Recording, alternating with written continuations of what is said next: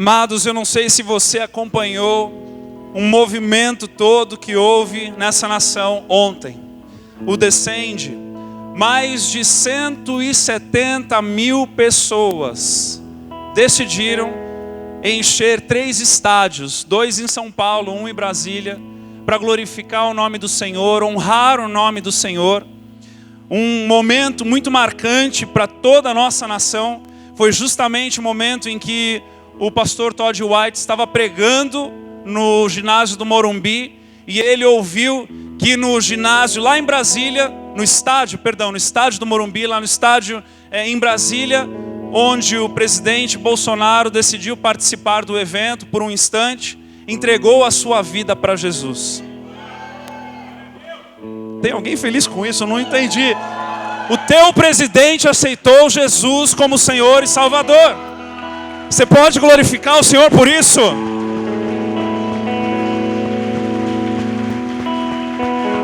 Ele confessou Jesus como Senhor e Salvador da vida dele. E nesse momento em que aconteceu, baseado nessa informação, então, ali no Morumbi, eles tiveram o entendimento de levantar uma oração para que ele fosse batizado no Espírito Santo, e nós cremos que o Espírito Santo tocou naquele momento, e o Senhor vai fazer grandes coisas por meio deste homem. De novo, parece que a gente está aqui falando de política, né? Mas nós estamos falando do clamor de um povo por uma nação. Nós estamos vendo sinais se concretizando, baseado em gerações e gerações que oraram, prantearam, intercederam por uma nação. E eu quero dizer a você que nós veremos grandes coisas acontecendo no nosso meio nestes próximos dias.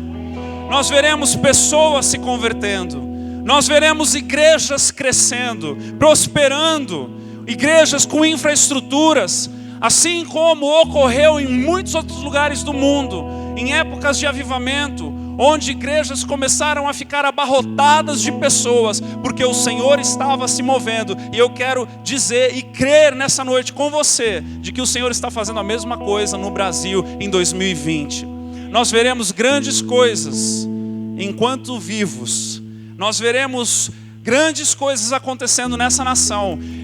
Pessoas, preste atenção no que eu vou lhe dizer, pessoas que abandonaram essa nação, correndo para um outro lugar em busca de uma vida melhor, voltarão, porque ouvirão os grandes clamores, os grandes ruídos do céu nesta nação, e este lugar prosperará, este lugar será cheio da presença de Deus, este lugar será um manancial de homens, obreiros, pastores, ministros do Evangelho para os 4 cantos do mundo. Ontem, enquanto eu estava ouvindo aquilo e vendo, presenciando pela televisão ao vivo, amados, eu fui tomado de um momento de oração, onde eu orei e falei: Senhor, em nome de Jesus, levanta homens piedosos, levanta líderes capazes de multiplicar os talentos que chegarem às mãos deles, para que as igrejas possam prosperar, para que esse avivamento não caia na mão de igrejas e pastores despreparados. E eu me incluí naquela oração, obviamente, não me sinto superior aos outros, mas que o Senhor possa fazer de forma tal que Ele encontre aqueles que multiplicarão os talentos que Ele tem derramado nessa nação, em nome de Jesus. Em nome de Jesus. É um tempo de nós nos prepararmos. E por que eu estou te dizendo isso? Porque eu creio que essa cidade é um celeiro de líderes para os 4 cantos dessa terra. E é um tempo de nós nos prepararmos para aquilo que o Senhor vai fazer através de nós para as nações, em nome de Jesus. Você crê nisso? Se uma meia dúzia pegou isso aí e colocou no coração, eu estou grato. Aleluia. O Senhor vai fazer grandes coisas no nosso meio, amados. Eu quero convidar você a abrir a palavra de Deus nessa noite, no Evangelho de João, capítulo 9. Conforme você for encontrando, quero convidar você a se pôr de pé, para que nós possamos, honrando a palavra de Deus, lermos juntos e recebermos da parte do Senhor nessa noite.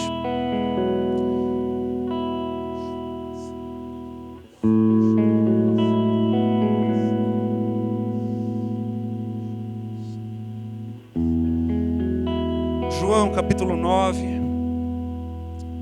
versículo 1. Caminhando Jesus, viu um homem cego de nascença. E os seus discípulos perguntaram: Mestre, quem pecou, este ou seus pais, para nascer cego? Respondeu Jesus: nem ele pecou e nem seus pais, mas foi para que se manifestem nele as obras de Deus. É necessário que façamos as obras daquele que me enviou enquanto é dia. A noite vem, quando ninguém pode trabalhar. Enquanto estou no mundo, sou a luz do mundo. Dito isso, cuspiu na terra e, tendo feito lodo com a saliva, aplicou aos olhos do cego, dizendo-lhe: vai, lava-te no tanque de Siloé, que quer dizer enviado. Ele foi, lavou-se e voltou vendo. Aleluia. Feche seus olhos aí mais um instante. Senhor Deus, pedimos para que nessa noite o Teu Espírito venha falar ao nosso coração, para que nessa noite a Tua palavra, que sabemos que não volta vazia, seja, Senhor Deus, multiplicada ao exponencial dentro de nós, Pai, para que o Teu Espírito tenha, Senhor Deus, matéria-prima para trabalhar, operar dentro de cada um de nós.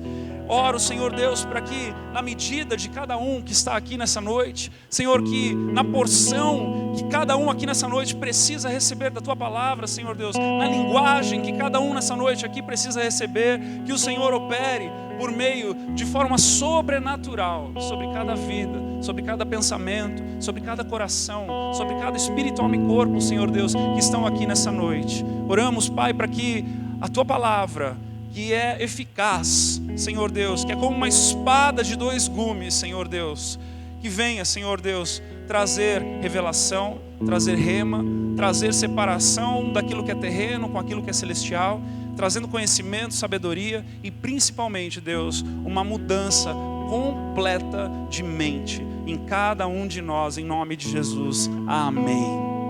Pode se sentar. Você que está nos visitando hoje aqui pela primeira vez, ou segunda, terceira vez, quero dizer a você mais uma vez que você é muito bem-vindo.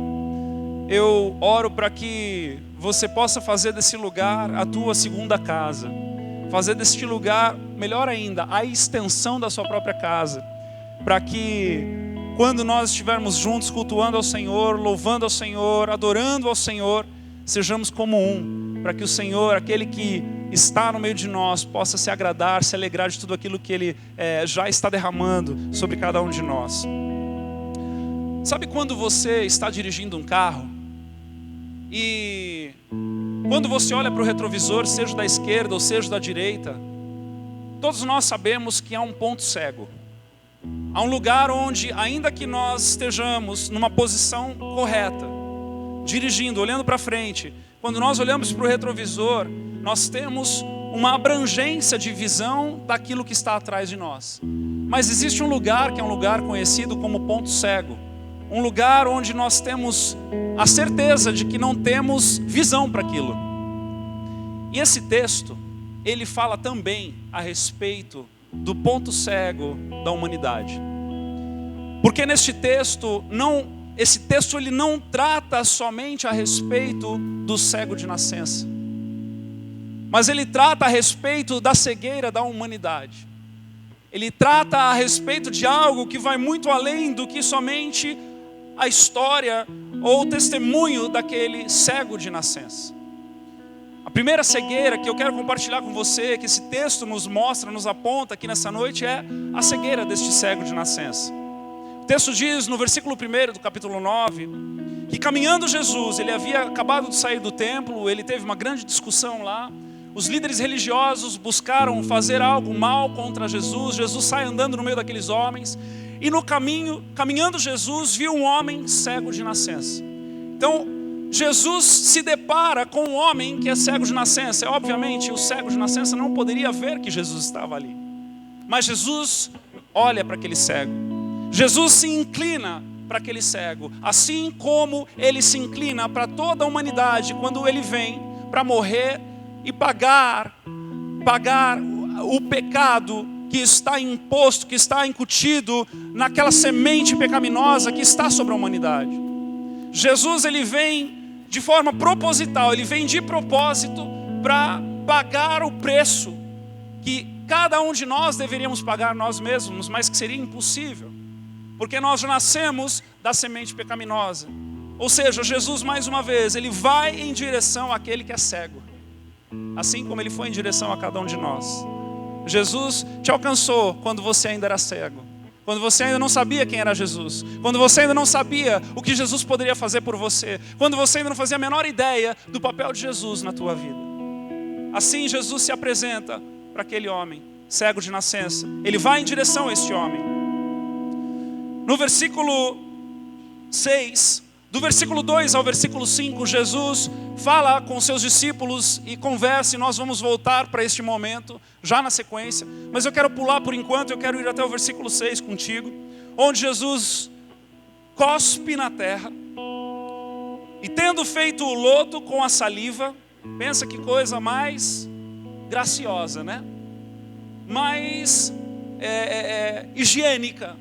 Ele cospe na terra.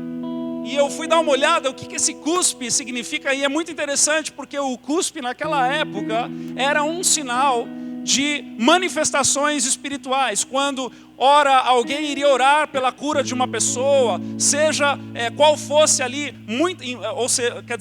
em muitas daquelas crenças de outros deuses, costumes pagãos que haviam na época, essa simbologia era algo que já era popular. Então, quando Jesus cospe no chão, ninguém se espanta. Todo mundo fica curioso para saber o que ele vai fazer com aquilo. E o texto diz que ele cospe na terra, faz lodo com a saliva, ele mistura naquela terra, naquele barro, que aquilo vira então uma argila, né? vira um barro umidificado, e ele então aplica aos olhos do cego. Primeira coisa, Jesus vai em direção ao cego. Jesus se encontra com aquele cego. Jesus sabe da necessidade daquele homem e ele é o primeiro a dar o primeiro passo em direção àquele cego. Só que quando Jesus chega naquele cego de nascença, ele faz algo que nos ensina até hoje. Porque ele cospe na terra, ele usa de um elemento natural, de um elemento ordinário que é a terra, para fazer o barro, como nós vemos lá em Gênesis, o mesmo material que ele usa para fazer eu e você, para fazer a humanidade. Jesus está mostrando aqui, mais uma vez, que ele faz questão de usar o barro para curar o barro. Ele faz questão de mostrar para nós que ele decide usar o homem para tocar outro homem. Ele faz questão de mostrar para nós aqui, nos lembrar que ele, por meio de uma palavra, poderia dizer, ser curado, assim como em vários outros momentos ele fez. Mas nesse momento, ele está nos ensinando algo muito mais profundo.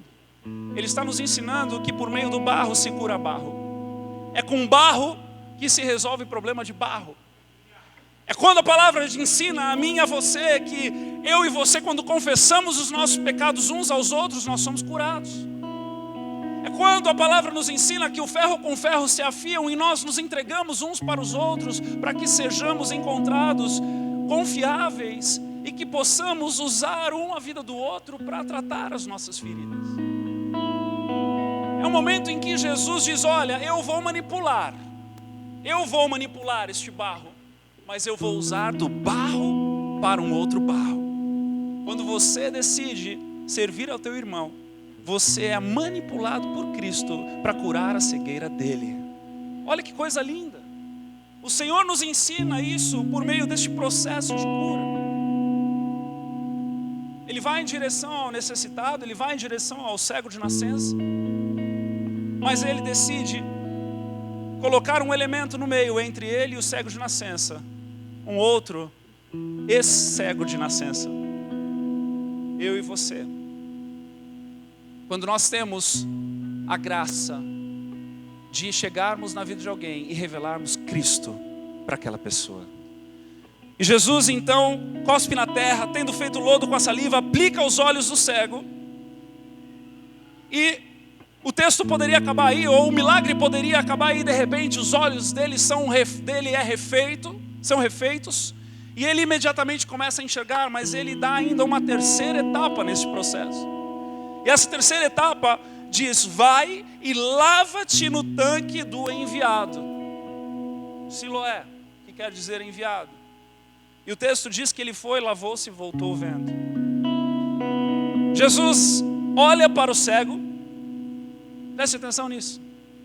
Ele vai em direção ao cego de nascença, ele usa do barro para tratar o barro, mas ele deixa a terceira e última etapa nas mãos do próprio cego de nascença, dizendo assim: olha, você quer mesmo ser curado?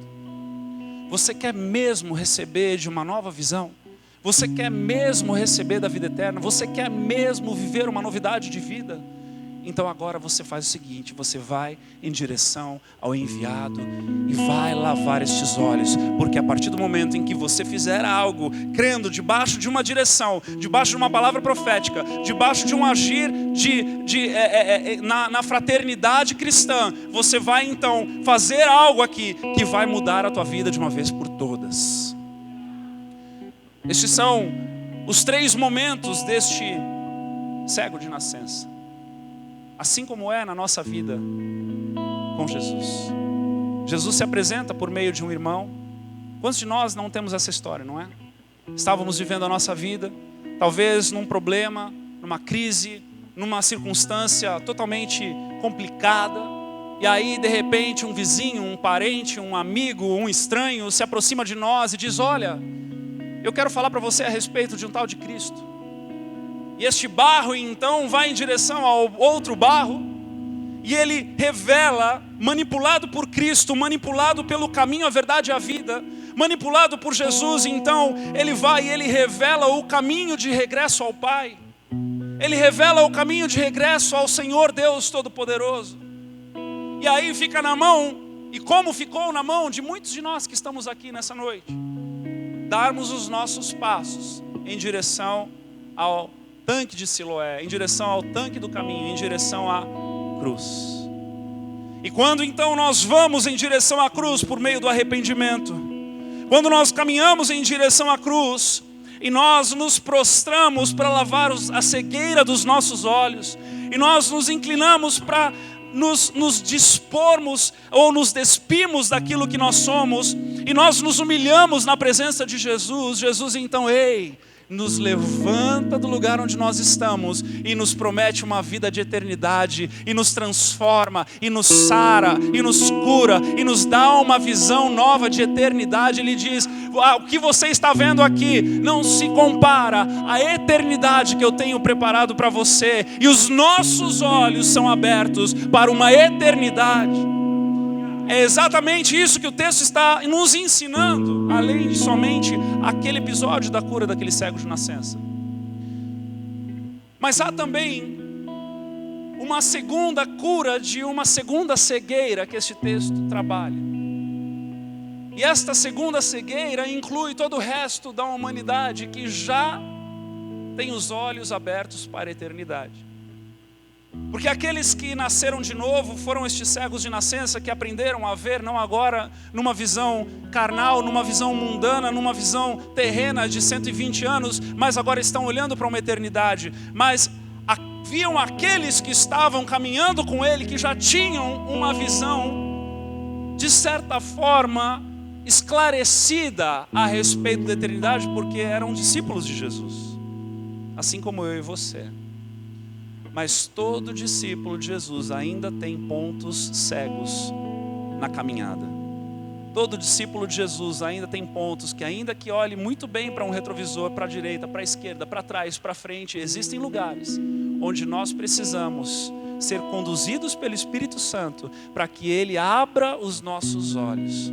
É por isso que eu e você nos encontramos aqui todo domingo.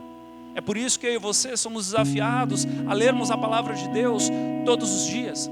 É por isso que eu e você somos desafiados a ter uma vida piedosa, que possamos ter um tempo de oração com o Senhor, dedicarmos a nossa vida constante a Ele, servirmos na casa de Deus, não é?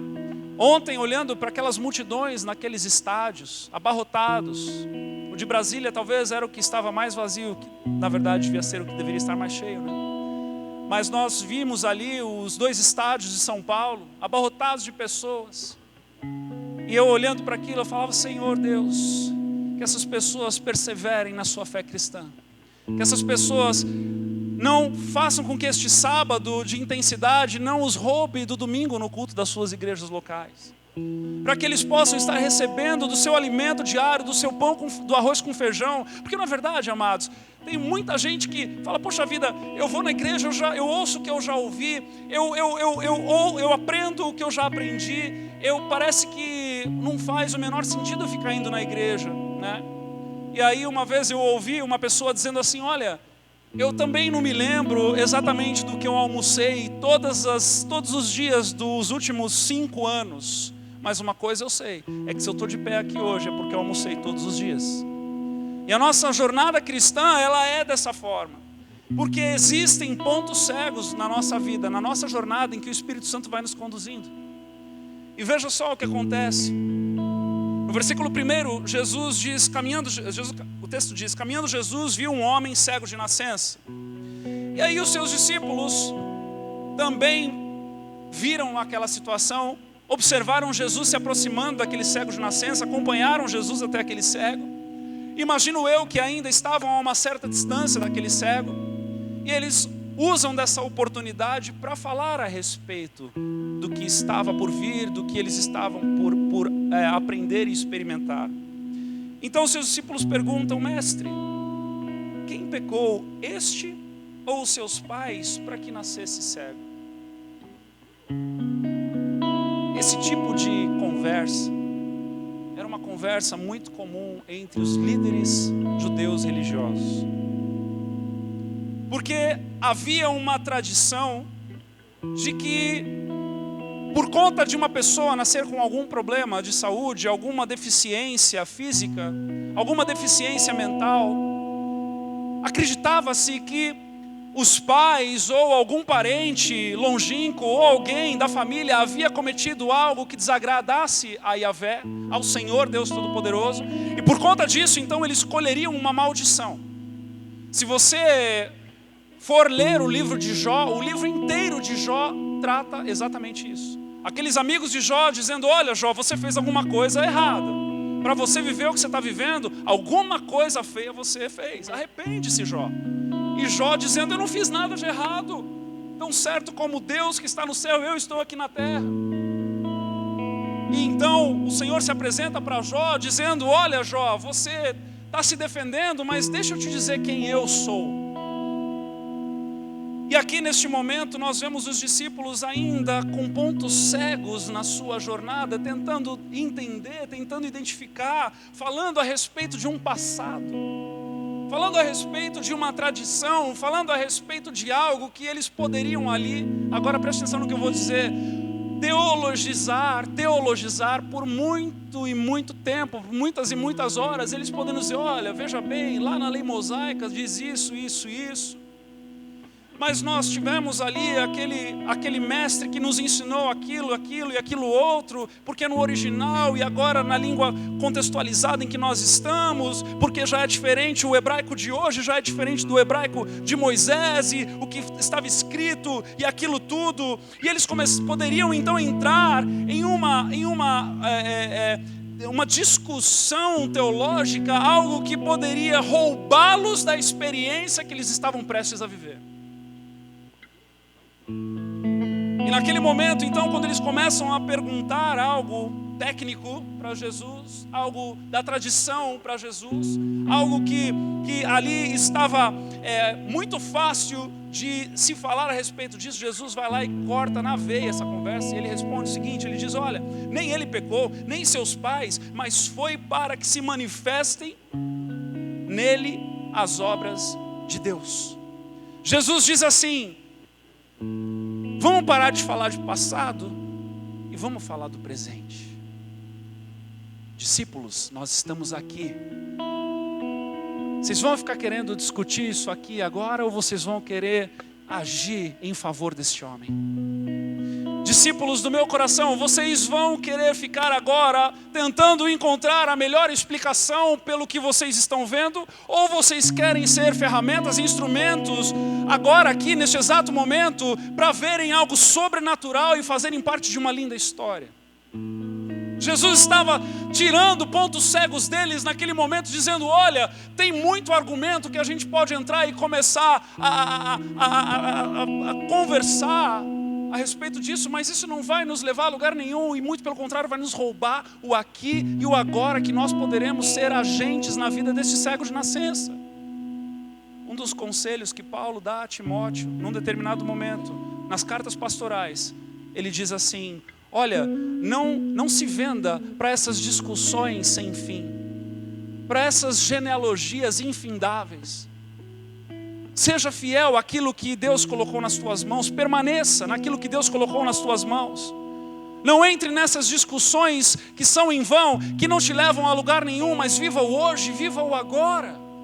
E é o que Jesus está despertando aqueles discípulos que estavam prestes a fazer um grande milagre.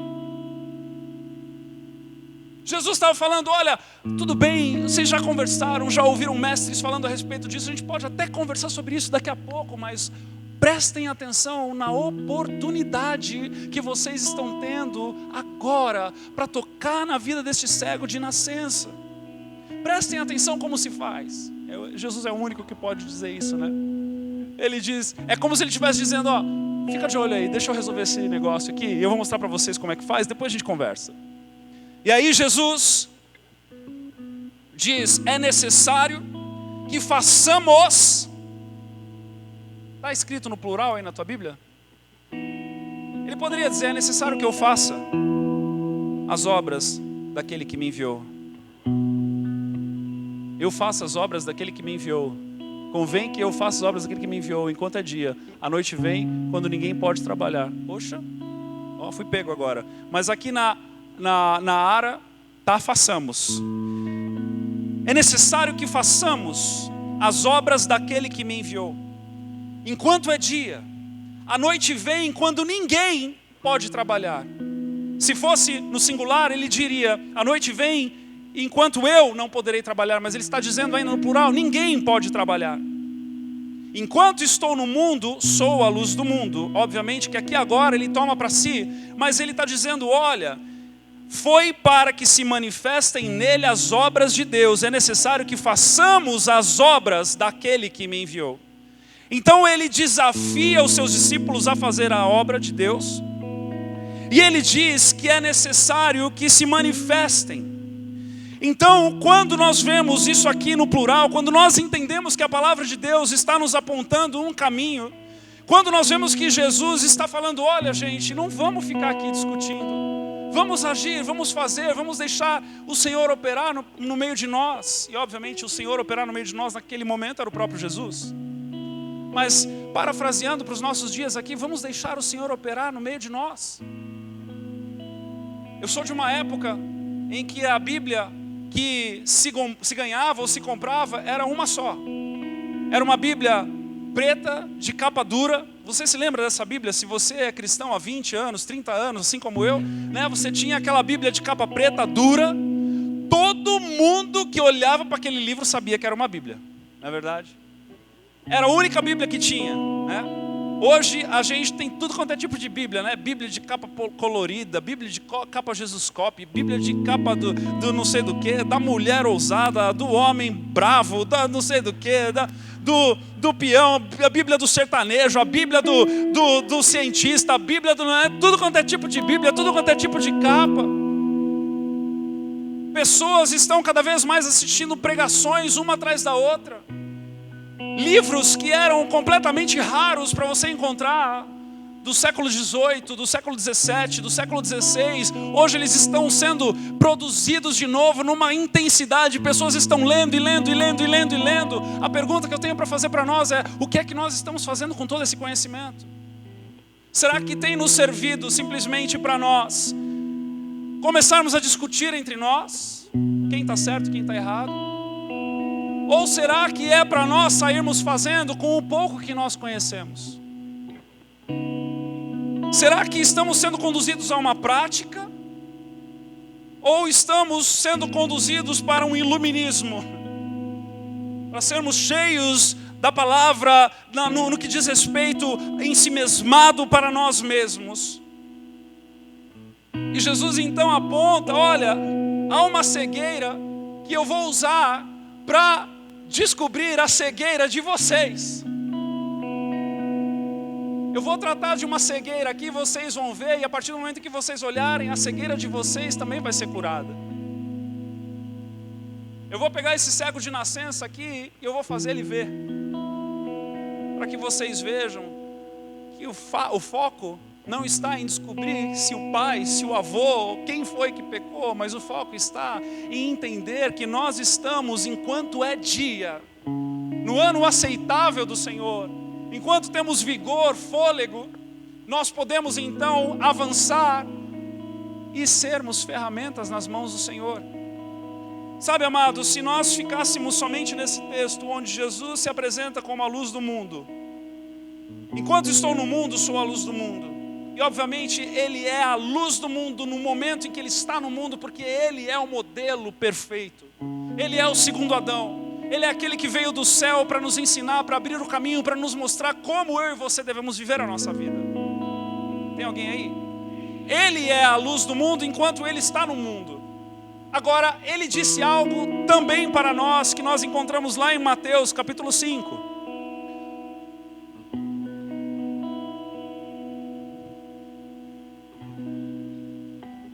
Lá no versículo 14. Eu quero ler primeiro na minha versão aqui, depois eu vou pedir para a gente colocar aquela que eu deixei. Tem aí já? Beleza. Tá, segura aí. Vamos ler essa aqui, ó. Vós sois a luz do mundo. Quem? Quem? Quem? Nós. Enquanto Ele estava no mundo, quem era a luz do mundo? E agora? Enquanto Ele estava no mundo, Ele era a luz do mundo. Ele agia como nós haveríamos de agir. Enquanto Ele estava no mundo, Ele criou um padrão, um modelo. Enquanto Ele estava no mundo, Ele viveu a vida como um referencial para que eu e você pudéssemos ter um modelo genuíno, vindo diretamente do céu, para nos mostrar como se faz, para que quando nós nos tornássemos a luz do mundo, nós pudéssemos copiá-lo. E agora Ele diz para nós, vós, nós, eu sou a luz do mundo. Não se pode esconder a cidade edificada sobre um monte, nem se acende uma candeia para colocá-la debaixo do alqueire, mas no velador, e alumia todos os que se encontram na casa. Assim brilhe também a vossa luz diante dos homens, para que vejam as vossas obras e glorifiquem a vosso Pai que está nos céus. Eu mandei para o pessoal da mídia a versão A Mensagem, porque eu quero ler com você aqui nessa noite. Esse mesmo texto, de Mateus 5, de 14 a 16, na versão A Mensagem está escrito assim: há uma outra maneira de dizer a mesma coisa, porque ele estava falando antes do sal da terra, e aí agora ele vai falar da luz do mundo. Ele está falando a mesma coisa, usando um outro exemplo, um outro símbolo. E ele diz: vocês estão aqui para ser luz. Vocês estão aqui para ser luz, para trazer as cores de Deus ao mundo. Amados, olha que coisa linda. Deixa eu dizer a você, existem cores celestiais que este mundo não tem. E o Senhor confiou a mim e a você com essa nova paleta de cores, para nós apresentarmos a este mundo e mostrarmos que existem cores muito mais coloridas, muito mais vibrantes, muito mais intensas para os olhos do que as cores que este mundo tem para oferecer.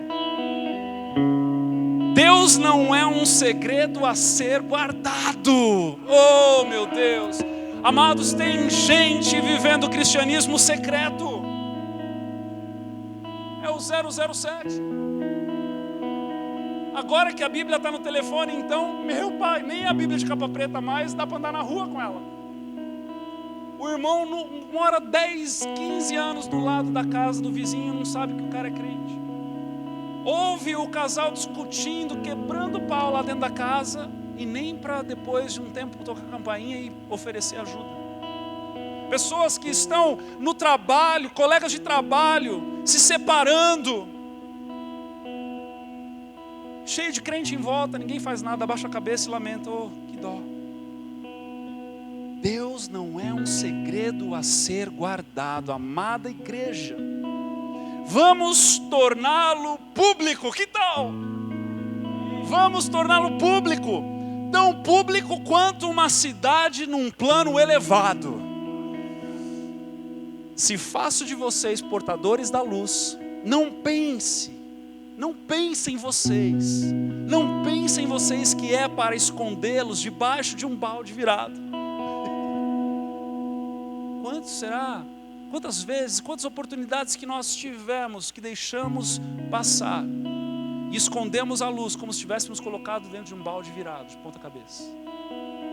Quero posicioná-los onde todos possam vê-los. Agora que estão no alto do morro, onde todos conseguem enxergá-los, tratem de brilhar. Tratem de brilhar. Igreja Refúgio, tratem de brilhar. Tratem de brilhar a luz de Cristo. Tratem de brilhar a verdade do Senhor. Tratem de brilhar aquilo que Ele já fez na tua vida. Tratem de brilhar aquilo que você já conhece da palavra de Deus. Tratem de brilhar os testemunhos que você tem para contar. Tratem de brilhar os conselhos que você tem para dar. Trate de brilhar as orações que você tem para oferecer. Tratem de brilhar. Mantenham a sua casa aberta. Isso aqui é para o São Bentense. Mantenha a sua casa aberta. Mas eu mantenho, Senhor, eu recebo todos os meus parentes. E o vizinho? E o colega do trabalho? E o amigo que você encontrou na rua? Mantenham a sua casa aberta. E que a generosidade seja a marca da vida de vocês. A forma de nós brilharmos está diretamente atrelada à nossa generosidade. Está diretamente atrelada se abrimos ou não a nossa casa. Está diretamente atrelada se nos permitimos viver para o próximo. E esse é o nosso desafio. Você foi cego de nascença já. Você já viveu debaixo de uma cegueira onde Jesus olhou para você no caminho, onde Ele cuspiu no barro, levantou um outro barro para tratar no teu coração, te levar para os caminhos do Senhor, te levar para uma igreja, te levar para aquilo que Ele tinha para você. Você, provavelmente que está aqui, a maioria de vocês que estão aqui, já foram em direção ao caminho, já foram em direção a Siloé, já foram em direção à cruz, aceitando Jesus como Senhor e Salvador. Mas eu quero dizer a você que já foi um cego de nascença e não é. Talvez existam ainda algumas cegueiras, alguns pontos cegos na tua vida, onde o Senhor está dizendo para você nessa noite: trate de brilhar. Trate de ser referência, de ser modelo, de ser intencional. Colocar uma lâmpada, colocar uma luminária, uma lamparina em cima de um alqueire, em cima de uma montanha, em cima de um lugar alto, é só debaixo de intencionalidade. Aqui não é, Deus, na soberania de Deus, se Ele falar comigo, eu farei. Não, Ele já falou. Tratem de brilhar. Não, mas a minha teologia é uma teologia, pastor, que ela é calvinista num sentido de que ela, olha, eu entendo que há um monergismo, que eu tenho que ser conduzido pelo Espírito e Ele vai me afluir em lugares. Amém, isso também vai acontecer. Mas a palavra também manda a gente tratar de brilhar. A palavra também manda a gente se mexer. A palavra também manda a gente ser intencional. A palavra também manda a gente abrir a nossa casa. A palavra também manda a gente ser generoso. Então há uma intencionalidade. Há uma forma sim que o Senhor Ele vai operar de forma maravilhosa, sobrenatural. E você vai ser conduzido, quanto menos você ver, você estará na presença de pessoas falando do Senhor, sem querer, sem planejar. É verdade. Mas também haverão momentos onde você precisará ser intencional. Onde você vai ter que encontrar uma boa desculpa para convidar aquela pessoa para a tua casa. Onde você vai ter que encontrar uma boa desculpa para ir tomar café com aquela pessoa que você precisa falar de Deus para ela. Trate de brilhar, igreja amada. trate de receber da parte do Senhor e aceitar este desafio. E olha, ser luz não é dom, é ordenança. Eu vou falar mais uma vez para você: ser luz não é dom, é ordenança.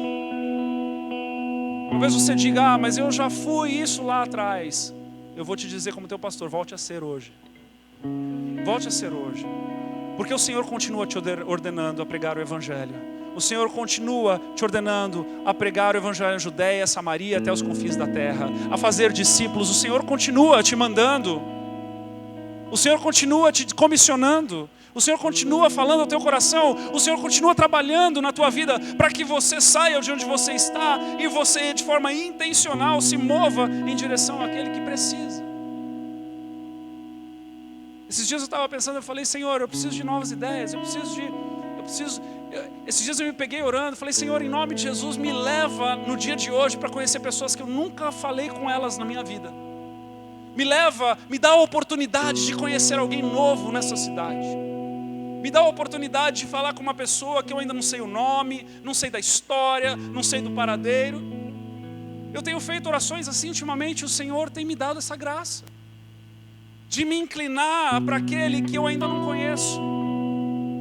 Talvez você diga assim: pastor, mas eu moro nessa cidade há 423 anos. Conheço todo mundo. Duvido. E ainda daqueles que você conhece, todos que você conhece, já falou de Jesus para todos eles? Também duvido. Eles podem até saber que você vai na igreja, mas que você intencionalmente foi brilhar lá para ele, eu duvido. O que a palavra nos aponta? Qual é o caminho que ela nos dá? Vamos brilhar, igreja? Vamos brilhar? Vamos brilhar como as estrelas que estão no céu? Vamos brilhar na presença do Senhor? Vamos permitir com que Ele opere através de nós? E sabe algo que nós vemos na palavra de Deus? Que todo sinal, Ele acompanha aqueles que estão desbravando. Os sinais, eles acompanham aqueles que estão operando para o Senhor. Os sinais, eles acompanham aqueles que estão saindo da sua zona de conforto e estão se inclinando em amor ao próximo. Porque o dom, ele é isso, não é verdade? Nós aprendemos isso aqui nessa casa. O dom, ele flui quando nós temos a quem servir. Ele flui quando nós temos um coração inclinado e preocupado com o próximo. Então, se você quer viver uma vida de sobrenatural, se você quer viver uma vida de sinais, se você quer viver uma vida onde você vai sonhar a respeito de coisas que acontecerão no mesmo dia que você sonhou, se você quer viver debaixo de uma profecia, de que alguém venha falar para você algo da parte do Senhor e você vai ver ela se cumprindo, deixa eu te dizer: brilhe a luz de Cristo e o Senhor se encarregará de fazer com que os sinais te acompanhem. Em nome de Jesus. Amém, amados? Você está aqui comigo? Você está disposto a brilhar a luz de Cristo? Amém. Eu quero orar por você. Feche os seus olhos aí onde você está. Pai amado, eu oro, Senhor Deus, para que esta mensagem ela venha, Senhor, de encontro a corações famintos. Senhor Deus, que estas sementes não tenham caído, Senhor Deus, em espinheiros ou em pedras, mas que tenham caído em terras férteis, Senhor.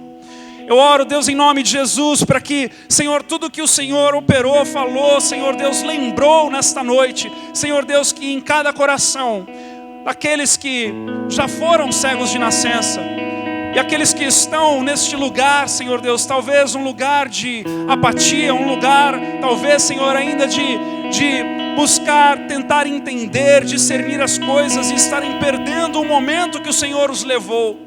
Senhor, em nome de Jesus, que os olhos destes sejam abertos nessa noite, para que, Pai, em nome de Jesus, a Tua presença se faça real e intensa, genuína, e que, Senhor, eles venham a viver as melhores histórias e os melhores dias da vida deles, Pai.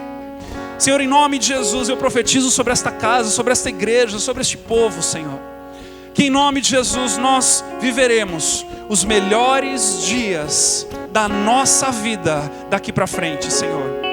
Os melhores testemunhos, os maiores milagres, Senhor Deus, em nome de Jesus, as maiores experiências com o Senhor dentro do quarto, fora do quarto, na rua, no carro, no trabalho.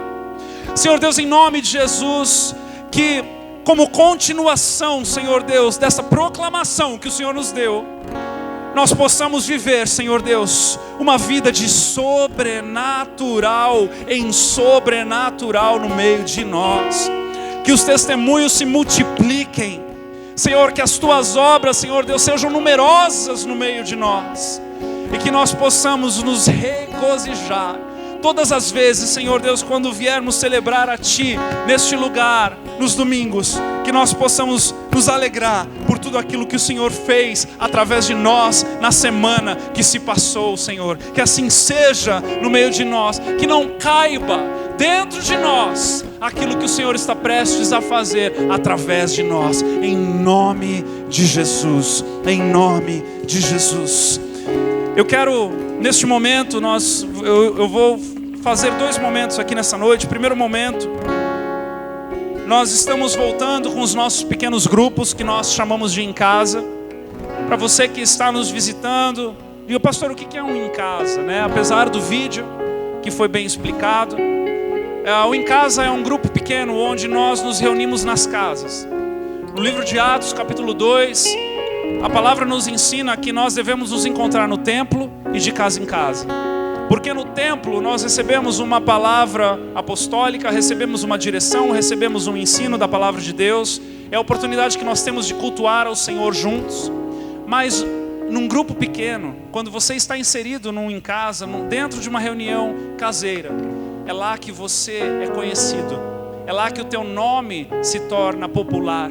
É lá que você tem a oportunidade de dizer, olha, eu não entendi o que foi ensinado no domingo. É lá que você tem a oportunidade de receber uma oração na necessidade, da demanda da tua vida. É onde você também tem a oportunidade de orar por alguém, impor as mãos por alguém, ver a manifestação dos dons. É a oportunidade de ter comunhão com a igreja. Ah, pastor, qual é o mais importante? Os dois são importantes. Nós cremos que estar numa reunião caseira é 50% de uma igreja, e estar num culto no domingo são os outros 50% de uma igreja. É onde nós podemos, de forma orgânica, vivermos aquilo que a palavra nos aponta para viver. Então, nessa noite nós vamos orar pelos líderes dos grupos pequenos que estarão retomando os seus grupos pequenos.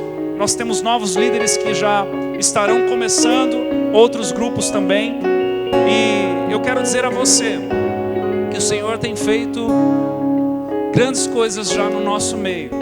Existem pessoas que já estão prontas para liderar em grupos pequenos, mas estão acuadas e escondidas atrás das suas cadeiras. E eu quero dizer para você que eu e a pastora estamos intencionalmente caçando cada um de vocês para desafiá-los a irem além nos caminhos do Senhor. Tem passarinho que já está com a pena pronta para voar, construindo triplex no ninho.